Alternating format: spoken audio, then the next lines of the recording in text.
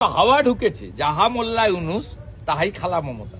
তারা মনে করে এটা একটা ফেস্টিভ্যাল, কালচারাল প্রোগ্রাম, এতে সুরাপান করা যেতে পারে, এতে পরকিয়া করা যেতে পারে, এতে যা খুশি করা যেতে পারে। ঠাকুরের যে হিন্দু সংস্কৃতির যে নিয়ম ঘটোত্তোলন থেকে বিসর্জন, এটা বদলে দিতে চায় কোন রাষ্ট্রবাদী।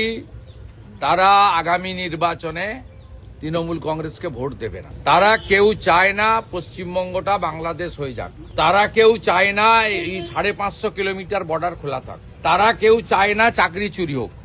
যারা কেউ চায় না অভয়ার মতো মা বোন দিদি এইভাবে গ্যাং রেপ ধর্ষিতা হয়ে খুন হন।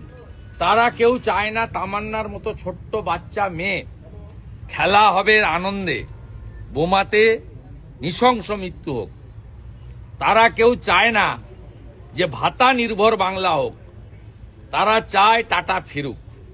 তারা চায় শিল্পায়ন হোক, নারী সুরক্ষা হোক, বেকাররা চাকরি পাক, পশ্চিমবঙ্গ আবার বিধানচন্দ্র রায়ের সময়ের মতো নতুনভাবে উন্নয়নের ফলে ফুলে পল্লবিত সুশোভিত হোক।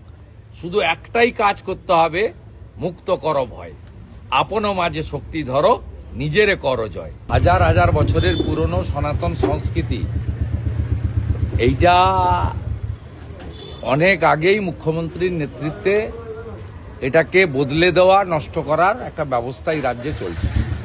সেটা শুধু সরস্বতী পুজোর ক্ষেত্রে নয়, মা দুর্গার ক্ষেত্রেও দেখেছেন পিতৃপক্ষে হিজাব মাথায় দিয়ে উদ্বোধন করা এবং বিজয়া দশমীর তারিখ পরিবর্তন করা মহরমের মিছিলের জন্য, এবং কার্নিভ্যালের নামে আমরা মা দুর্গাকে প্রণাম করি।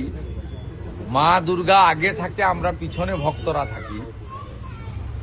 সেখানে উনি স্যালুট নিচ্ছেন, মা দুর্গা ওনার সামনে দিয়ে মিছিল করে নিয়ে যেতে হচ্ছে রেড রোডে। এই সব মিলিয়ে তৃণমূলের চোখে হিন্দু সনাতন সংস্কৃতি অনুযায়ী পঞ্জিকা শাস্ত্র মতে কোনো দেবদেবীর পুজোকে তারা বিশ্বাস করে না।